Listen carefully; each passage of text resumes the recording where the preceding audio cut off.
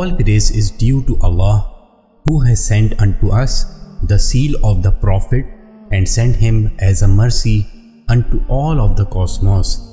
Allah subhanahu wa ta'ala says in the Quran, "And whatever the messenger has given you, take, and what he has forbidden you, refrain from."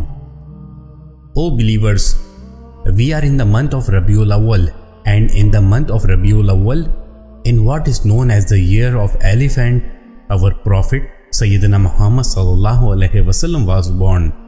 His coming to this world was a mercy which Allah manifested to his creation, through whom he guides people to the truth. This was how Allah manifested his response to the supplication of Prophet Ibrahim, may Allah peace be upon him, when he asked, "Our Lord, and send among them a messenger from themselves."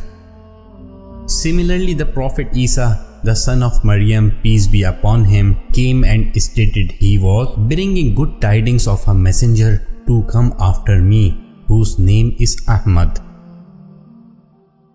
So the birth of the Prophet, peace be upon him, was a blessing, and his being sent forth was a huge grace unto mankind. Hence Allah says in Quran, "Certainly did Allah confer great favor upon the believers when he sent among them a messenger from themselves." So the Prophet was sent as a mercy unto mankind and said, "Indeed, I am a gifted mercy." The Prophet, peace be upon him, came with a universal message for humanity, urging mutual love and harmony. He said, "Shall I tell you of something you can do to make you love one another? Spread salam among yourself, that is between each other." And he established the principle of justice and the fulfillment of oaths and trust. So he attended before his formal declaration of prophethood what is known as the Alliance of the Virtuous. In this alliance, the various tribes had gathered and agreed to safeguard and return the rights of the people who may have been wronged.